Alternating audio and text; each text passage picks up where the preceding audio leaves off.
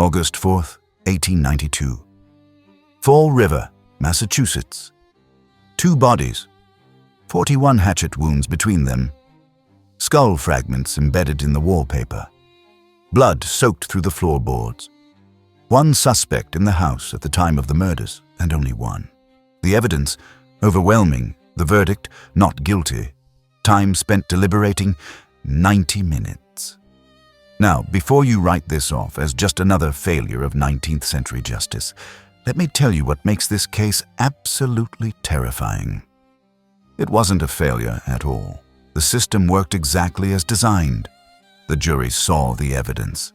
They understood what it meant, and they acquitted anyway. Not because they were stupid, not because they were corrupt, but because the defendant had something more powerful than an alibi, more convincing than an eyewitness, more unbeatable than reasonable doubt. She had a halo. You see, the suspect wasn't a monster. She was a lady, church-going, well-bred, proper, the kind of woman who fainted at the sight of her parents' skulls in the courtroom, or at least appeared to. And that changed everything. Here's what nobody tells you about human psychology. We are not rational creatures who occasionally feel emotions. We are emotional creatures who occasionally think rationally. And when it comes to violence, to danger, to evil, our brains run on patterns that are 200,000 years older than our laws. Those patterns say men are threats, women are victims. Those patterns say monsters look like monsters. Those patterns say a respectable woman with flowers in her hand cannot possibly have 41 hatchet strikes in her heart. And here's the part that should keep you up at night. That halo is still working. Right now, in courtrooms across America, women receive sentences 29% shorter than men for identical crimes, 39% more likely to get probation instead of prison. And before you think this is about equality or progress, let me be clear, this isn't women being treated fairly.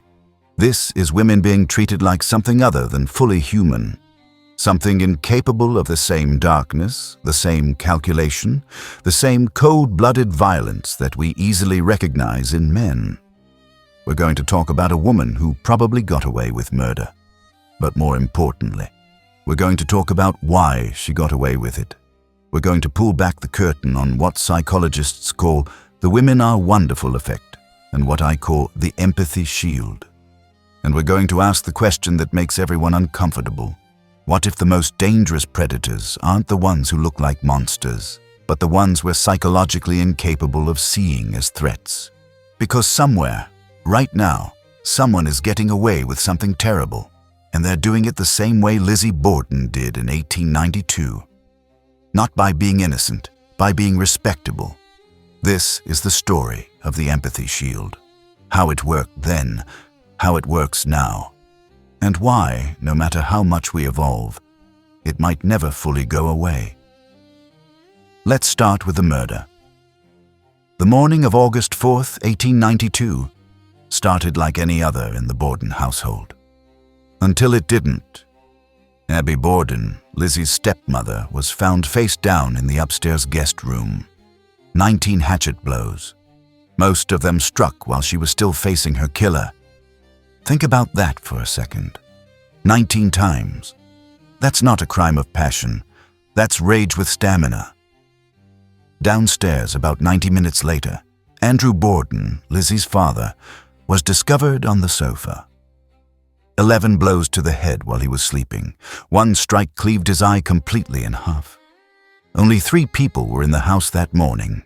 Lizzie Borden, her older sister Emma, who was conveniently out of town, and the maid, Bridget Sullivan, who was upstairs washing windows when the murders occurred. The police investigation laser-focused on one person, Lizzie. Let's talk about the evidence. Because when I say it was overwhelming, I mean it would make a modern prosecutor salivate. The murder weapon. Police found a hatchet head in the basement with a freshly broken handle. The blade showed recent use. Ash had been dusted on it, likely to make it look older than it was. The dimensions, they matched the skull fractures. Perfectly. The alibi.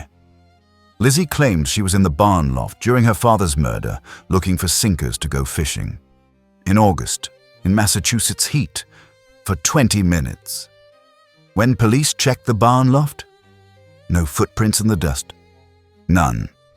Before that, during her stepmother's murder, Lizzie said she was downstairs ironing handkerchiefs, but she didn't hear 19 hatchet blows landing on a human skull 1 floor above her. The cleanup. 3 days after the murders, Lizzie burned a dress in the kitchen stove. She claimed it had paint stains. The police noted suspicious brown stains that could have been blood. Her sister Emma testified that burning old dresses was just routine household maintenance. Sure, nothing says innocent like burning clothes while you're the prime suspect in a double homicide. The motive: the Borden family was wealthy, but Andrew was notoriously cheap. Lizzie and Emma resented their stepmother, who they believed was manipulating their father to change his will. There were inheritance disputes, family tension so thick you could cut it with, well, let's not go there. And here's the kicker.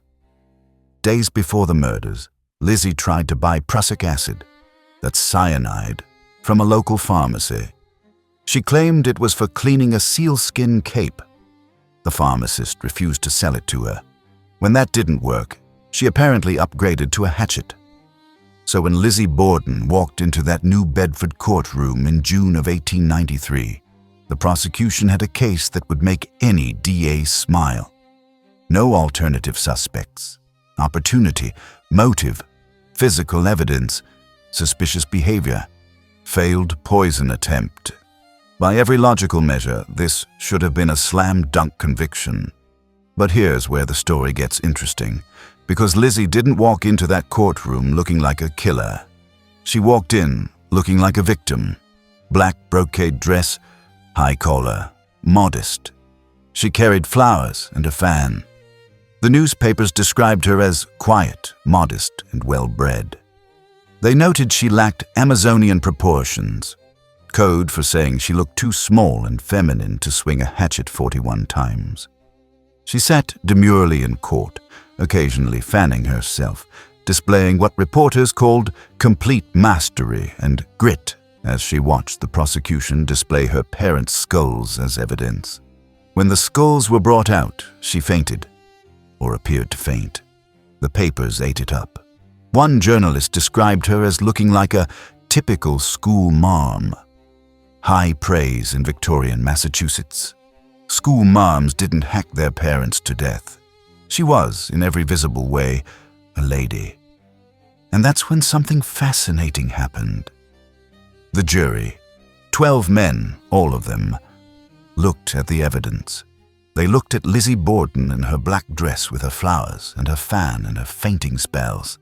And their brains did something they didn't even realize was happening. Remember that number from the beginning? 90 minutes. That's how long it took 12 men to decide that this well-bred, church-going woman couldn't possibly have committed such brutal violence. Not because the evidence was weak, we just went through it and it's damning, but because she didn't look like someone who could.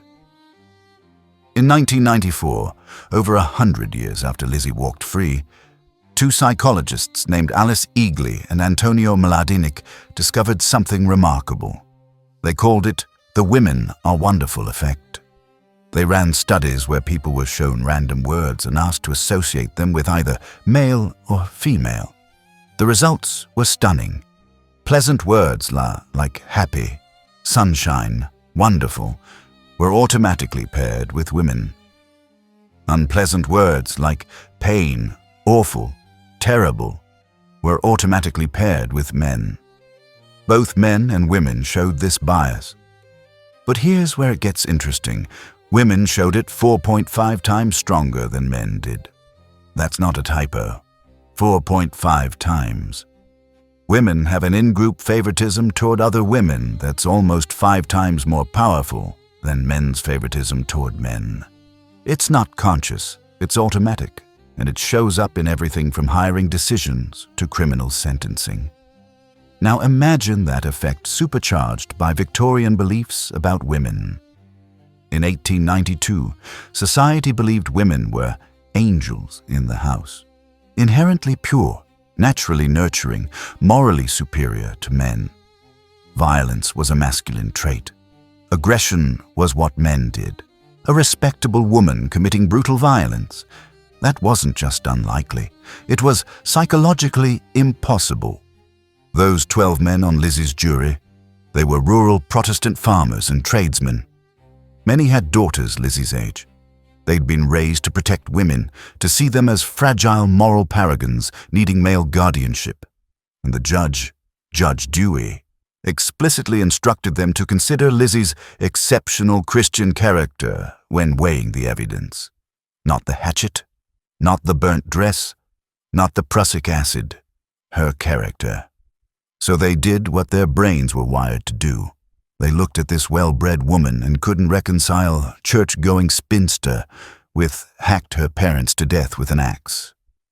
When your brain encounters information that contradicts a deeply held belief, it creates what psychologists call cognitive dissonance, mental discomfort that demands resolution. And the brain resolves it in the easiest way possible. It rewrites the story. The jury didn't ignore the evidence. Their brains reinterpreted it. The hatchet? Well, there was no direct witness. The burnt dress? Routine household maintenance? The alibi gaps? Memory is unreliable. The prussic acid attempt? She really might have needed it for a cape. One by one, the evidence vanished. Not because it wasn't there, but because seeing it required seeing Lizzie as capable of monstrous violence, and that halo around her head made it impossible. Fast forward to 2011. Casey Anthony is on trial for murdering her 2-year-old daughter, Kaylee. The evidence? Chloroform searches on her computer, cadaverine, the smell of human decomposition, in her car trunk. 31 days of partying while her daughter was missing. Lies to investigators. Suspicious behavior. The jury acquitted her.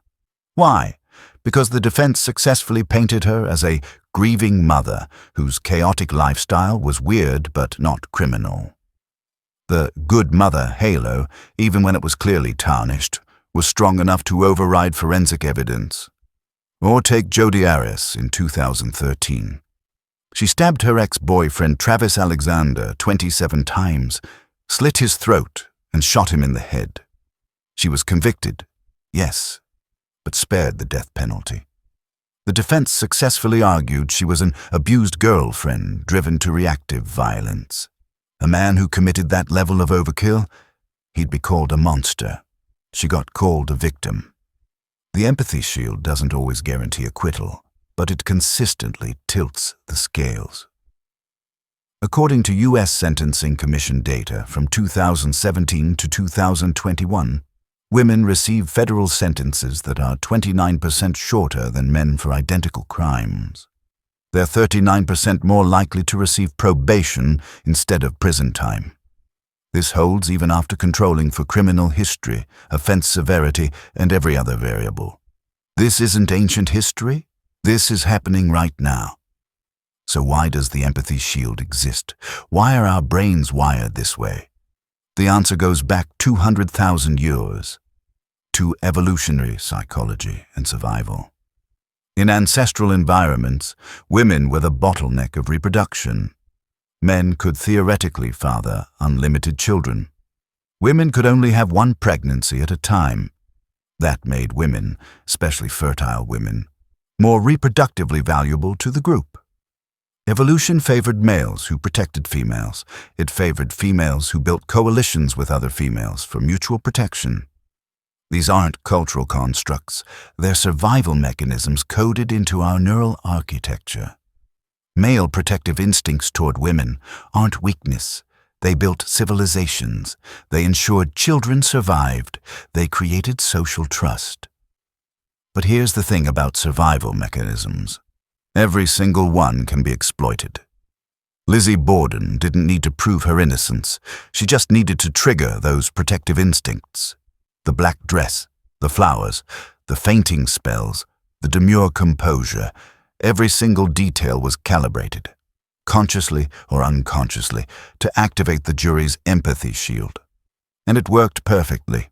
Psychologists who've studied female psychopaths note they present differently than males. Male psychopaths tend toward overt dominance and impulsive violence. Female psychopaths weaponize relational manipulation and charm. They're successful psychopaths, the ones who never get caught because they hide in plain sight behind respectability. If you retrospectively analyze Lizzie Borden against the psychopathy checklist, the PCLR, the traits are there. Superficial charm, grandiose sense of self, pathological lying, lack of remorse, shallow affect, poor behavioral controls. She laughed with friends hours after the murders. She showed no genuine grief, only performed fainting when it was strategic. She manipulated her alibi. She destroyed evidence. And after her acquittal, she lived lavishly, bought expensive things, and never expressed regret. The overkill violence, 19 blows to Abby, 11 to Andrew, suggests narcissistic rage, not passionate impulse. Psychopathic violence often involves overkill because it's driven by internal fury, not external threat. But the all-male jury couldn't see it. The halo was too bright. You might think that now, in 2026, with mixed-gender juries, female judges, and over a century of progress, the empathy shield would be gone. It's not. Remember that 4.5 times in-group favoritism women show toward other women? That doesn't disappear when women join juries. In fact, it sometimes makes the bias stronger. Studies of mixed-gender juries show that when female defendants are on trial, women jurors are often more lenient than male jurors, especially if the defendant fits the respectable woman archetype. The empathy shield isn't a male-only phenomenon. It's a human phenomenon, amplified by gender dynamics. The effect is even stronger in family courts. Judges, both male and female, grant maternal relocation requests at significantly higher rates than identical paternal requests. They assume mothers are essential to children's well-being in ways fathers aren't. It's benevolent sexism. It looks like protection, but it reinforces the idea that women are naturally nurturing and men are naturally dispensable. The empathy shield shows up in workplaces too. When female teachers sexually abuse male students, media outlets call it having an affair. When male teachers do the same, it's called rape. The language itself reveals the bias. We can't see women as sexual predators, so we soften the description. The shield protects women who commit financial fraud because they're trusted caregivers. It protects female healthcare workers who become serial killers because nurses are supposed to heal, not harm. It protects abusive mothers because mothers don't hurt their children, except when they do. The uncomfortable truth is this: Lizzie Borden's acquittal wasn't an anomaly. It was a preview, a demonstration of a cognitive exploit that still works today, just with different packaging. The black dress has become a business suit. The fan has become a tearful testimony. The fainting spell has become a PTSD diagnosis. But the mechanism is identical. Trigger empathy. Activate protection. Override evidence. August 4th, 1892. Fall River, Massachusetts. 2 bodies. 41 hatchet wounds. 1 suspect in the house. The evidence? Overwhelming. The verdict? Not guilty. Time spent deliberating? 90 minutes. You remember I told you this wasn't a failure of justice? Now you know why. It wasn't that the jury couldn't see the evidence. It's that they couldn't see past the halo. The same halo that's still glowing in courtrooms today. 29% shorter sentences, 39% more probation, not because women deserve leniency, but because our 200,000-year-old brains refuse to see them as fully capable of darkness. Lizzie Borden didn't beat the system. She used it, exactly as it was designed, and someone's doing the same thing right now. Here's the uncomfortable truth you now have to carry. Every protective instinct we have toward women, every impulse to believe, to empathize, to assume victimhood, those instincts built civilization. They ensure children are protected. They create trust. They're not bugs in the system, they're features. But every survival mechanism has an exploit. So what do we do with this knowledge?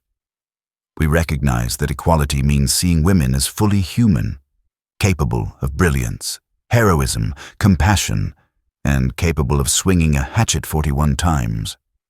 Real equality isn't putting women on a pedestal. It's taking them off of it. It's judging evidence without the halo. It's asking, would we accept this explanation from anyone else?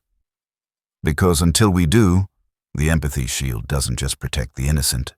It protects the predators who know how to wear respectability like armor. So here's the question I want you to sit with.